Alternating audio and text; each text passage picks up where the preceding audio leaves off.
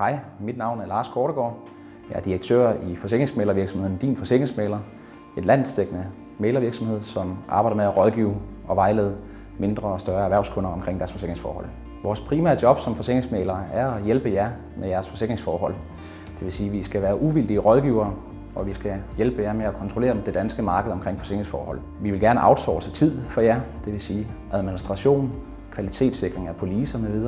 er en del af vores arbejdsopgave på jeres vegne. Vores fornemmeste opgave som forsikringsmæglere er at tjene jeres interesser. Det vil sige alt fra indkøb af forsikringer, til kontrol af dækninger, til hjælp ved skadesbehandlinger, handler om at bidrage omkring jeres forsikringsforhold i hverdagen.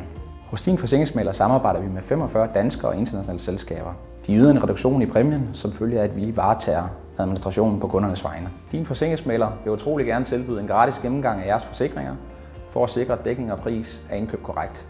Vi har stor erfaring, og vi tjener dine interesser. Som du kan høre, er det en rigtig god idé at bruge en forsikringsmægler.